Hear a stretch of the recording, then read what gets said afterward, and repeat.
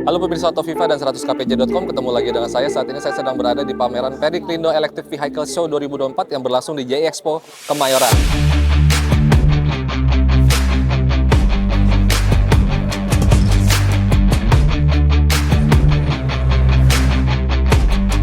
Di belakang saya adalah Neta V2. Ini adalah mobil listrik pertama PT Neta Auto Indonesia yang dirakit secara lokal dengan status CKD dengan memanfaatkan pabrik PT Handal Indonesia Motor yang berlokasi di Pondok Ungu, Bekasi. Nah, pabrik itu juga sebelumnya sudah memproduksi atau merakit line up mobil listrik dan mobil konvensional punya Chery, pemirsa.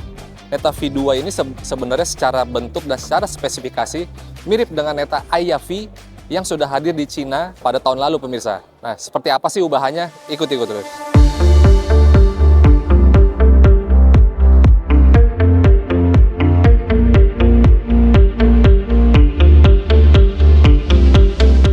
Ubahan pertama dari bagian depan, pemirsa.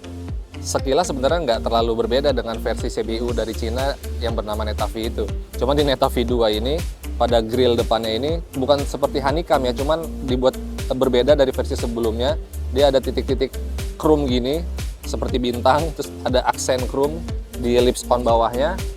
Dan di sini hanya sekedar cover, bukan fog lamp.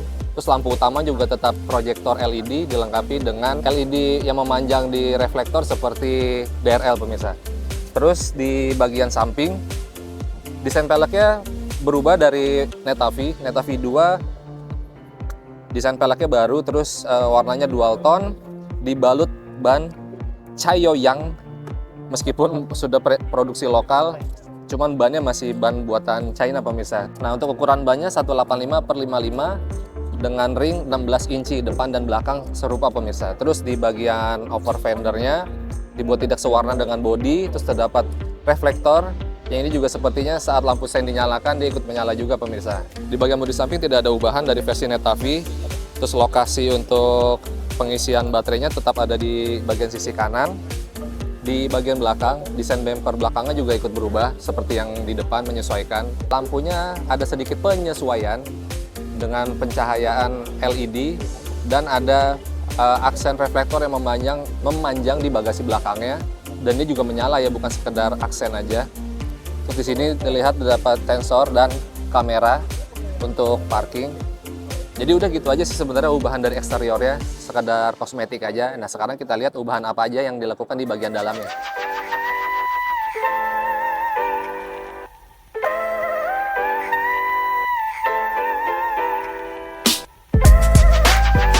Oke pemirsa, sekarang gue udah di dalam kabinnya Neta V2. Sebenarnya secara kasat mata nggak ada perbedaan ya dari Neta V. Layar hiburannya tetap besar, 14,6 inci yang bisa terhubung dengan smartphone. Cuman yang membedakan adalah desain interior Neta V2 ini ada dua pilihan. Jadi dengan memainkan warna putih di bagian dashboard tengah dan biru atau putih. Jadi begitu aja sih. Terus setirnya juga masih fix, belum teleskopik atau tilt steering, jadi nggak bisa diatur nih. Udah begini aja posisi berkendara kita nih. Tinggi gue 175 cm. Nah, ini posisi berkendara nih, seperti ini. Terus yang membedakan dengan Neta V, yang Neta V2 ini sudah memiliki fast charging dengan daya 15 watt, pemirsa. Terus ada sistem ADAS atau Advanced Driving Assistance System yang disebut Neta Smart System.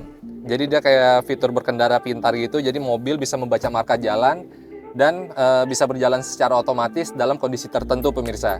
Karena sudah dilengkapi beberapa sensor dan radar tentunya. Oke, sekarang gue udah di bangku baris keduanya. Ini depan tadi posisi gue berkendara dengan tinggi 175 cm. Dari sini legroomnya ya masih sosok lah. Terus bangkunya juga cukup tebal, cuman paha bawah gue agak mengatung. Terus headroomnya ya pas-pasan segini ya, karena di bawah kan dia desainnya atasnya pilarnya dibuat agak coupe seperti itu. Dan joknya juga sama, dibalut bahan semi kulit dan sudah dilengkapi Isofix. Sekarang kita lihat bagasi belakangnya seperti apa.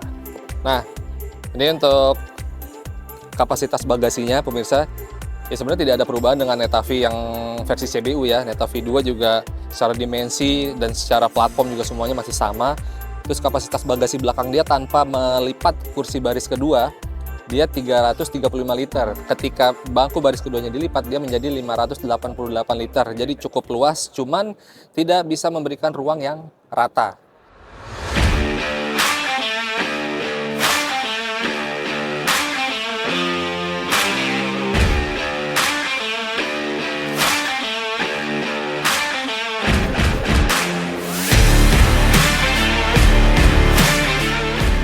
keseluruhan nggak ada perbedaan dari Neta V yang sebelumnya. Dan soal harga, dia belum mengumumkan secara resmi. Cuman tadi dalam layar presentasinya dia dijelaskan bahwa harga khusus Neta V2 ini dibanderol 200 jutaan atau lebih murah dari versi Neta V CBU yang Cina. Tapi secara fitur dia lebih lengkap dan konsumen juga diberikan keuntungan berupa saldo PLN sebesar 2,5 juta atau setara 1000 kW pemirsa. Dan untuk konsumen 1000 pertama konsumen, dia mendapatkan garansi seumur hidup untuk bagian kelistrikannya. Jadi ketika ada kerusakan atau hal lain selama pemakaian bisa diganti secara gratis pemirsa. Jadi seperti itu aja sih review saya tentang Neta V2. Tunggu test drive-nya secara lengkap agar kami bisa menguliknya lebih dalam lagi. Sampai jumpa di review mobil selanjutnya. Bye!